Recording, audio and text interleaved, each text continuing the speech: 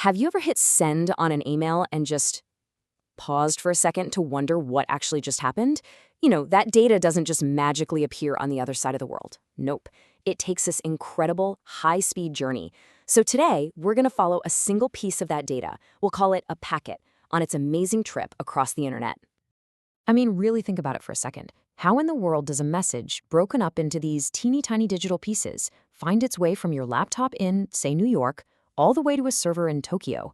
It has to navigate this insane web of millions of devices. Well, that's the mystery we are solving right here, right now. All right, so to wrap our heads around this, we're going to follow a packet. Think of it as just a small chunk of your data. We're going to trace its path step by step as it leaves your home and heads out into the wild, vast world of the internet. This entire process, all of it, hinges on one fundamental idea: routing. At its heart, routing is actually pretty simple.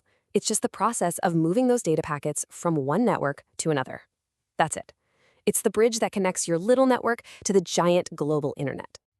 And here's the part that's just fascinating. No single device along this whole journey knows the full path from start to finish. Instead, each one just asks itself this one simple question: what is the very next step for this guy? That one question, answered millions of times a second all over the world, is literally what makes the entire internet tick. So who's the guide on this journey?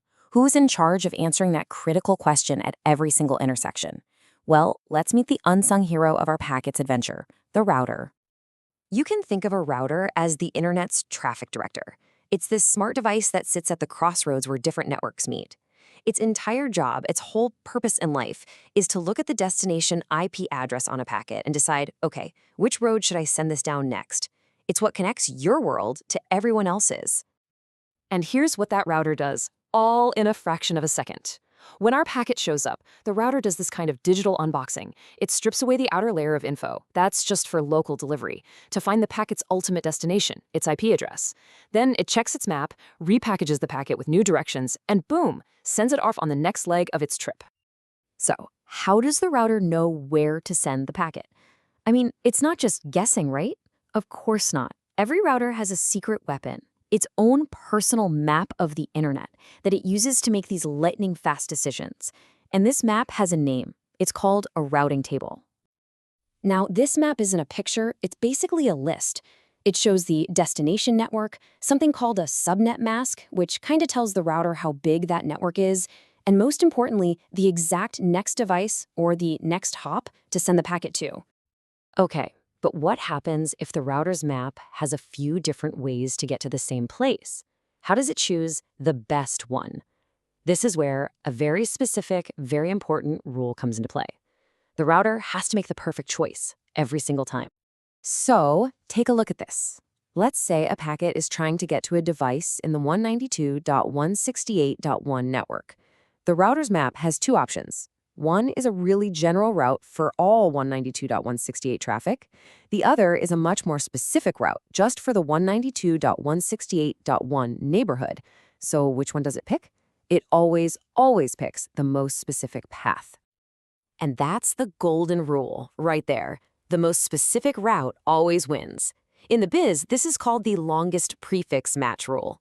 It makes sure that your data is sent along the most precise, most accurate path available, so it doesn't get lost taking some vague, scenic route. Now, this brings up a really common misconception. When your router sends your packet on its way, does it calculate the entire journey from your computer all the way to that final server? Does it have some kind of complete end-to-end map of the trip? And the answer is a surprising no. And honestly, this is the secret to the internet's power. A router's job is way simpler than that. It only knows the very next hop. It just passes the packet to the next router in line, which then does the exact same thing. It's like a global relay race, where each runner is only focused on getting the baton to the very next person. So, we've been following this one tiny packet. But let's zoom out for a second. Why does this microscopic, hop-by-hop process matter so much? Well, because it's what builds the entire modern internet as we know it. To really get why it's a big deal, you gotta know the difference between routing and something called switching. Switching is what happens inside your own local network, like your computer talking to your printer. But routing Routing is what happens when your data needs to leave your network. Routing is the gate to the outside world.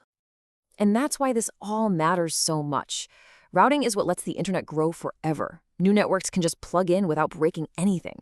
It creates multiple paths, so if one road is blocked, your data can just take a detour.